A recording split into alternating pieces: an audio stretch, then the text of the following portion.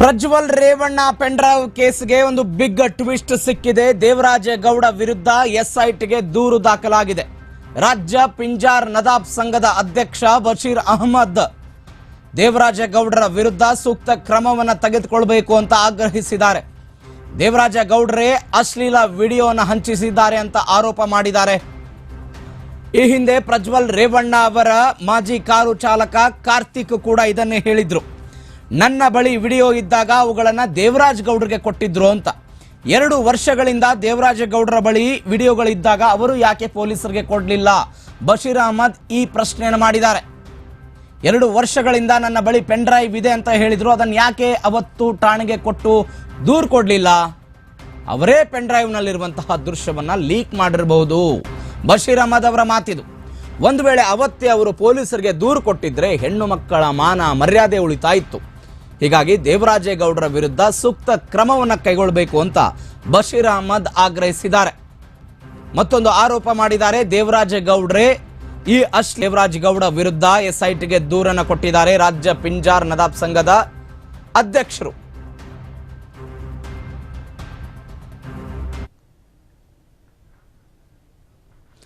ದೃಶ್ಯದಲ್ಲಿ ನೋಡ್ತಾ ಇದ್ದೀರಿ ನೀವು, ಎಸ್ಐಟಿಗೆ ದೂರು ಕೊಟ್ಟಿರುವಂತಹ ದೃಶ್ಯ ಅದು.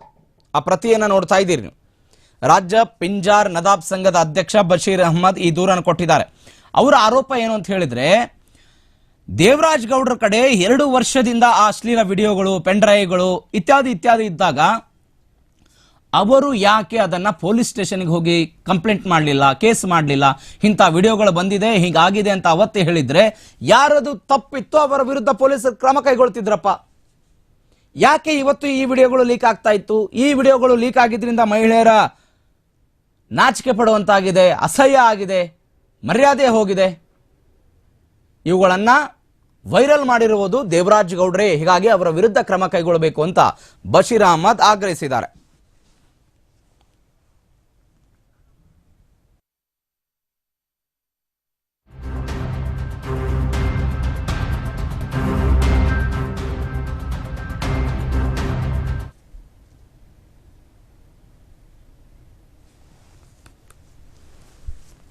ಯಾಕೆ ಮಾನ ಹರಾಜಾಗ್ತಾ ಇದೆ ಬೀದಿ ಬೀದಿ ಒಳಗಡೆ.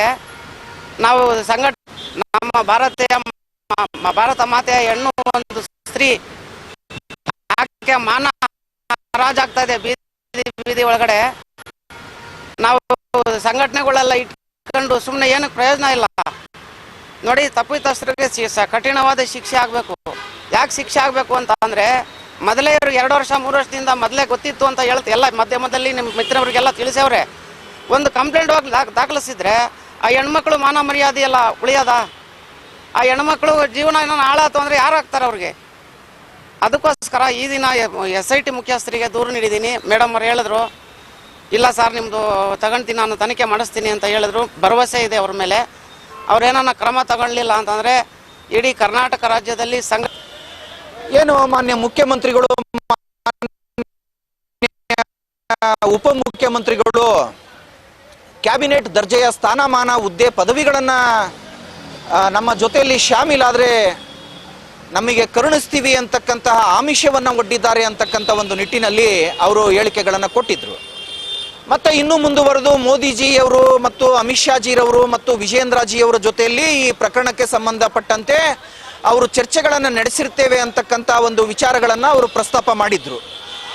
ಇನ್ನೂ ಮುಂದುವರೆದು ಮತ್ತೆ ಈ ರಾಜ್ಯದ ಹಲವಾರು ಸುದ್ದಿ ಮಾಧ್ಯಮಗಳಿಗೆ ಅವರು ಈ HD ರೇವಣ್ಣರವರ ಕುಟುಂಬಕ್ಕೆ ಸಂಬಂಧಪಟ್ಟಂತೆ ಮತ್ತು ಪ್ರಜ್ವಲ್ ರೇವಣ್ಣರವರ ಕುಟುಂಬಕ್ಕೆ ಸಂಬಂಧಪಟ್ಟಂತೆ ಮತ್ತು HD ದೇವೇಗೌಡರ ಕುಟುಂಬಕ್ಕೆ ಸಂಬಂಧಪಟ್ಟಂತೆ ಅವರು ಇದೇ ಲೈಂಗಿಕ ಏನು ಅಪರಾಧಿಕ ಚಟುವಟಿಕೆ ನಡೆದಿದೆ ಈ ರಾಜ್ಯದಲ್ಲಿ, ಅದಕ್ಕೆ ಸಂಬಂಧಪಟ್ಟಂತೆ ನನ್ನಲ್ಲಿ ಹಲವಾರು ಸಾಕ್ಷ್ಯಾಧಾರಗಳಿದ್ದಾವೆ, ಸಾವಿರಾರು ವಿಡಿಯೋಗಳು, CDಗಳಿದ್ದಾವೆ ಅನ್ನುವ ನಿಟ್ಟಿನಲ್ಲಿ ಅವರು ಹೇಳಿಕೆ ಕೊಟ್ಟಿರೋದನ್ನ ಇಡೀ ರಾಜ್ಯದ ಜನತೆ ಮತ್ತು ನಾವುಗಳೆಲ್ಲ ಗಮನಿಸಿದ್ದೇವೆ.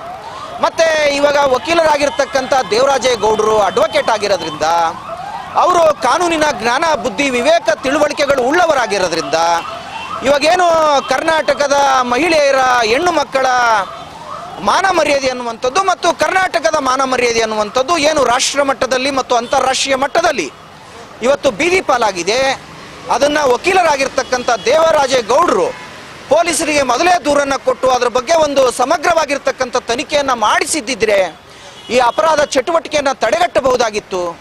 ಮತ್ತು ಇವಾಗ ಏನು ವಕೀಲರಾಗಿರ್ತಕ್ಕಂಥ ದೇವರಾಜೇಗೌಡರು ಭಾರತೀಯ ಜನತಾ ಪಕ್ಷದ ಲೀಗಲ್ ಸೆಲ್ಲಿನ ಒಬ್ಬರು ಪ್ರಮುಖರಾಗಿರೋದ್ರಿಂದ ಮತ್ತು ಆ ಪೆನ್ ಡ್ರೈವ್ಗಳನ್ನು ಸಾರ್ವಜನಿಕವಾಗಿರ್ತಕ್ಕಂಥ ಸ್ಥಳಗಳಲ್ಲಿ ಅವರೇ ಹಂಚಿಕೆ ಮಾಡಿರುವುದಿಲ್ಲ ಅನ್ನುವಂಥ ಒಂದು ನಿಟ್ಟಿನಲ್ಲಿ, ಮಾಡಿರುತ್ತಾರೆ ಅನ್ನುವಂಥ ಒಂದು ನಿಟ್ಟಿನಲ್ಲಿ ಕೂಡ ಆಯಾಮದಲ್ಲೂ ಕೂಡ ತನಿಖೆಗಳಾಗಬೇಕು.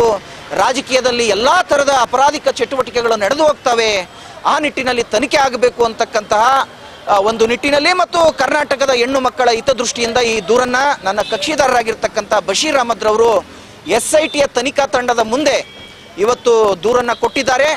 SIT ಕೂಡ ತನಿಖೆಯನ್ನ ಮಾಡ್ತೇವೆ ಅಂತಕ್ಕಂಥ ಒಂದು ನಿಟ್ಟಿನಲ್ಲಿ